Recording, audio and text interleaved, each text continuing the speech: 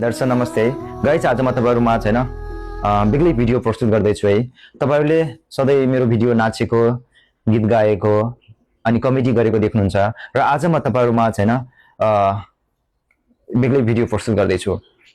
नेपाली चलचित्रमा सबैभन्दा बढी चलचित्रमा फिल्म खेलिसक्नु भएको खलनायक हैन, उहाँ कलाकार पनि हुनुहुन्छ, निर्माता पनि हुनुहुन्छ, लेखक पनि हुनुहुन्छ र नेपाली पिञ्जडा हैन, नेपाली चलचित्र पिञ्जडामा उहाँ निखिल बुर्तेलाई भित्राउने कलाकार पनि हुनुहुन्छ हैन।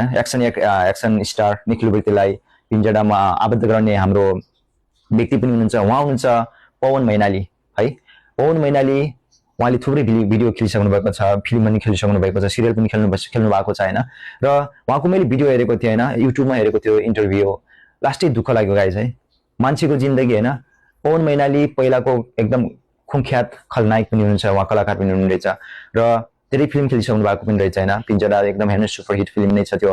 र उहाँको यो अवस्था पहिला उहाँ तपाईको 2059 साल फागुन 8 गते उहाँ 81 बाइक दुर्घटना भएको रहेछ हैन। त्यो दुर्घटनामा परेर उहाँको जुन अवस्था गम्भीर भएर रहेछ, 2 वर्ष उहाँ हस्पिटलमै बस्नु भएको रहेछ, 4 वर्ष उहाँ हस्पिटलमा जाने आउने भएर रहेछ भने चाहिँ यो अवस्थामा उहाँको 25% जति मस्तिष्कले काम गरिरहेको रहेछ हैन।